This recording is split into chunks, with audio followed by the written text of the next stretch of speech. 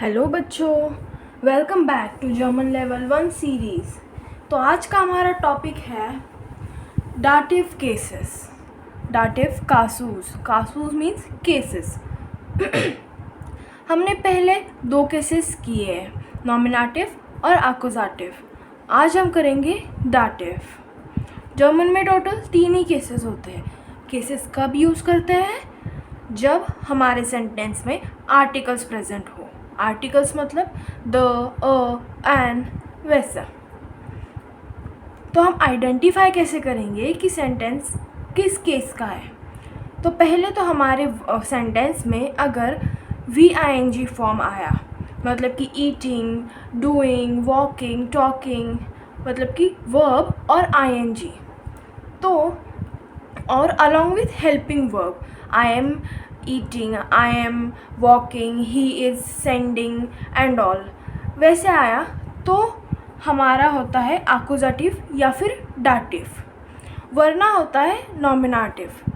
Nominative में VING form तीनों भी केसेस में आ सकता है, लेकिन जब हेल्पिंग वर्ब आएगा तब ये एक्कुजेटिव होगा या फिर डाटिव होगा।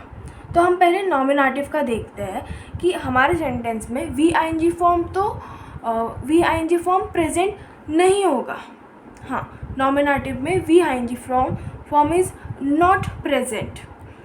और दूसरा पॉइंट ये है कि हमारे सेंटेंस में बिन, बेस्ट, इस्ट, जाइड, जिंड, ये हेल्पिंग वर्ब्स प्रेजेंट होंगे। सॉरी, मतलब कि I am, he is, she is, you are, मतलब कि इश, बिन, दू, बेस्ट, एस, इस्ट, ये वाली चीज़ें प्रेजेंट होगी तो वो नॉमिनेटिव केस के अंडर आएगा। वरना जहाँ पर हेल्पिंग वर्ब प्रेजेंट होगा, हेल्पिंग वर्ब और VING फॉर्म दोनों प्रेजेंट होगा, तो वो होगा एक्कुजेटिव सेंटेंस या फिर डाटिव सेंटेंस। तो अब इसमें भी हम कैसे डिस्टिंग्विश करेंगे कि हम क्वेश्चंस पूछेंगे। अगर हमें ये क्वेश्चंस पूछने पर हमारा आंसर में हमारा ऑब्जेक्ट आता है, मतलब कि जो भी सेंटेंस के लास्ट में प्रेजेंट रहता है, जो हमारा आंसर आना चाहिए। अगर हम पूछेंगे for example, he is talking to a boy, he is talking to whom? A boy. हमारे लास्ट में बॉय आया है तो बॉय हमारा ऑब्जेक्ट है। Who he is talking to, who, हमें हु का आंसर मिल गया है, तो इसका मतलब ये है एक्कुजेटिव केस। तो उसी तरह I am giving the bag to that boy, who am I giving, to whom am I giving the bag, मतलब हमारा आंसर आया बॉय, तो ये केस हो गया डाटिव। तो इस तरह हम क्वेश्चंस पूछ के एक्कुजेटिव और डाटिव केस में डिफरेंशिएट करेंगे। हमारा पहला पॉइंट तो फिक्स है कि VING फॉर्म और हेल्पिंग वर्ब आएगा, प्रेजेंट रहेगा, तो ये दोनों केसेस, अदरवाइज नॉमिनेटिव है। फिर उसके बाद हम इन दोनों में सेपरेट करने के लिए हम क्वेश्चंस पूछेंगे। और एक और हिंट है इन दोनों में सेपरेट करने के लिए कि एक्कुजेटिव केस जो होता है ना, वहाँ पे हम नॉन गिविंग एक्शंस होते हैं, और डाटिव केस में हमारे गिविंग एक्शंस होते हैं। ये for example giving, gifting, helping, visiting, sending, offering, ये सारे गिविंग एक्शन हैं। हम किसी और को कुछ दे रहे हैं, तो वो आता है डाटिव केस के अंदर। तो अब हम टेबल में देखेंगे द टेबल और अ एंड एंड टेबल। केसेस कब यूज़ करते हैं? जब हमें आर्टिकल्स, हमारे सेंटेंस में आर्टिकल्स प्रेजेंट हो। आर्टिकल्स मतलब क्या? द, अ और एन।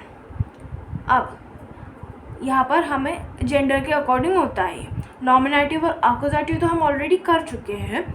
अब हम देखेंगे डाटिव में। तो पहले डाटिव में आता है मास्कुलिन। मास्कुलिन के लिए क्या होता है? डेम। क्या? डेम। फेमिनिन के लिए डेयर। नॉइट्रूम के लिए फिर से डेम। प्लूरल के लिए आता है डेन, प्लस हमारा जो लास्ट का ऑब्जेक्ट होगा उसके लास्ट में हम लगाएंगे एन। फॉर एग्ज़ाम्पल हम द स्टूल, हम कंसिडर करते हैं द स्टूल। स्टूल का होता है जेंडर प्लूरल, तो स्टूल के हम करेंगे द स्टूल होगा तो हम करेंगे डेन स्टूलेन, डेन STUHLEN, स्टूलेन, देन स्टूलेन। स्टूल ये हमारा मेन ऑब्जेक्ट है, उसके आगे हम लगाएंगे ये N, then plus object N. अब यहाँ पर अ एंड टेबल में देखते हैं हम।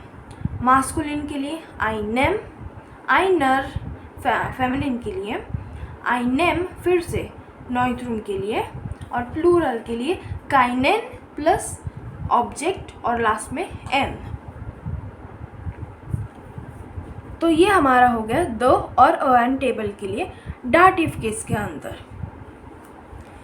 ये वाला चीज़ याद रखना बहुत ही इजी है, केसेस तो 3 ही रहेंगे। अब ये डाटिव का ये है, तो अब हम कुछ एग्जांपल्स देखेंगे। I am helping the dog. तो हमें पता है कि जहाँ पर भी हमने पिछले वीडियोस में भी ये कर रखा है, जर्मन में कभी भी प्रेजेंट कंटिन्यूअस टेंस होता नहीं है, तो ये आईएनजी हम निकालेंगे और आईएनजी के साथ निकलता है हेल्पिंग वर्ब भी। तो इश के लिए होता है आई के लिए होता है इश, हेल्प के लिए हमारा होता है स्टेम वर्ब हेल्प। हेल्प का क्या होता है हेल्फन, हेल्फन, और इसका स्टेम वर्ब होता है हेल्प, हेल्प होता है। और ये जब इश के साथ कॉन्जुगेट होता है तो वो बनता है हेल्पर, इश हेल्पर। तो अब हम देखेंगे CGT। ये केस कौन सा है यहाँ पर, क्योंकि हमारा हेल्पिंग, हमने हेल्प वर्ब यूज़ किया है जो कि होता है एक गिविंग एक्शन, हम किसी को हेल्प दे रहे हैं अपनी। तो ये क्योंकि ये गिविंग एक्शन आता है तो ये बनता है केस डाटिव, क्योंकि गिविंग एक्शन आता है डाटिव केस के अंदर। हम कैसे रख सकते हैं कि गिविंग एक छोटा वर्ड है और डाटिव भी एक छोटा वर्ड है, मतलब अकॉर्डिंग टू लेटर्स साइज़ के हिसाब से। ये बस एक छोटी सी ट्रिक है याद रखने की। गिविंग छोटा वर्ड है, डाटिव भी छोटा वर्ड है, नॉन गिविंग बड़ा वर्ड है, एक्यूजेटिव भी बड़ा वर्ड है। ये एक छोटी सी ट्रिक है याद रखने के लिए। गिविंग एक्शन, तो गिविंग एक्शन यहाँ पे हेल्पिंग है गिविंग एक्शन, तो इसलिए ये केस बनता है डाटिव। डॉग का जेंडर, यूजुअली डॉग को हम मेल कंसिडर करते हैं, कैट को फीमेल। तो यहाँ पर डॉग का जेंडर हो गया मास्कुलिन, जेंडर इज़ मास्कुलिन, और यहाँ पर टेबल कौन सा यूज़ हुआ है द टेबल। तो हम अब टेबल में देखेंगे, कौन से टेबल में, द की टेबल में dative masculine, the key table में डाटिव मास्कुलिन क्या होता है डेम।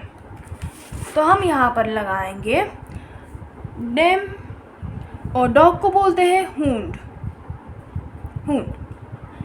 तो हमारा sentence I am helping the dog बन जाता है इश हेल्पर डेम हुंड।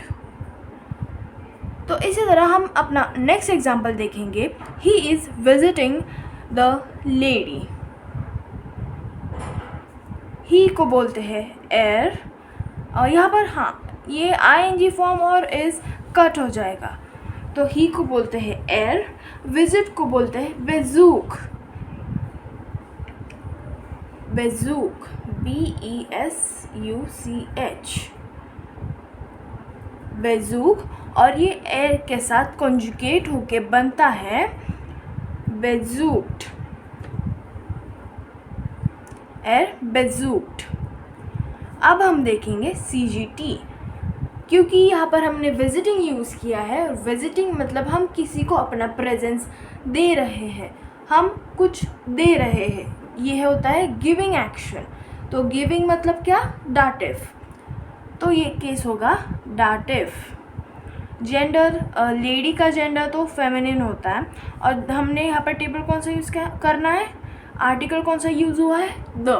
तो हम देखेंगे द की टेबल में डाटिव फेमिनिन, द के टेबल में डाटिव फेमिनिन होता है डेयर, तो ये होगा डेयर। लेडी को बोलते हैं फ्राउ, फ्राउ। बेज़ूक्ट डेयर फ्राउ, he is visiting the lady. हमारा नेक्स्ट एग्जाम्पल है she is sending an email. यहाँ पर हम पहले वी फॉर्म को कैंसिल करेंगे और हेल्पिंग वर्ब को भी कैंसिल करेंगे। शी का होता है जी, सेंड का होता है जेंड, जेंड, लेकिन मतलब कि CND, जी जेंड, और ये जेंड शी के साथ जी के साथ कॉन्जुगेट होके बनता है जेंट, जी जेंट। तो हम यहीं पर रुक के हम पहले हमें CGT देखेंगे, क्योंकि सेंडिंग मतलब कि कुछ देना होता है। ये फिर से अगेन डाटिव केस में आता है, तो केस हुआ डाटिव। जेंडर, ईमेल का जेंडर होता है फेमिनिन, और हम यहाँ पर टेबल कौन सा देखेंगे, यहाँ पर आर्टिकल कौन सा यूज़ हुआ है, एन आर्टिकल यूज़ हुआ है, तो हम देखेंगे एन के टेबल में, एन के टेबल में डाटिव फेमिनिन, एन के टेबल में डाटिव फेमिनिन होता है आइनर। जी जेंड आइनर, ईमेल को हम ईमेल ही बोलते हैं, तो she is sending an email बन जाता है जी जेंट आइनर ईमेल। तो ये हमारा ये एक अगला और आखिरी एग्जाम्पल होगा आई एम गिविंग द स्टूल। तो यहाँ पर हम पहले तो भी ING फॉर्म को कैंसिल करेंगे और हेल्पिंग वर्ब को भी कैंसिल करेंगे। आई का होता है ICH, इश। गिव को हम बोलते हैं गेब, और क्योंकि गेब स्टेम वर्ब है और लास्ट में आएगा ई, क्योंकि इश के साथ गेब कॉन्जुगेट होके बनेगा इश गेब। अब स्टूल का जो जेंडर है यहाँ पर हम पहले देखेंगे CGT, सी यहाँ पर क्योंकि गिविंग एक्शन, यहाँ पर सीधा सीधा गिविंग ही वर्ड यूज़ किया है, गिविंग एक्शन होने की वजह से ये होगा डाटिव। और स्टूल का जेंडर होता है प्लूरल, प्लूरल। ये स्पेशल केस में मैंने इसलिए एग्जांपल लिया हुआ है। यहाँ पर टेबल हम करेंगे यूज़ द टेबल, तो हमें क्या करना है, द टेबल में देखना है डाटिव प्लूरल, द टेबल में डाटिव प्लूरल, तो ये बनता है देन। यहाँ पर मैंने पहले भी एग्जांपल में बोला था अभी थोड़ी देर पहले, तो हम वही यूज़ करेंगे देन, और हमारा जो ऑब्जेक्ट है उसके लास्ट में n लगाएंगे। देन स्टूलन, STUHLEN,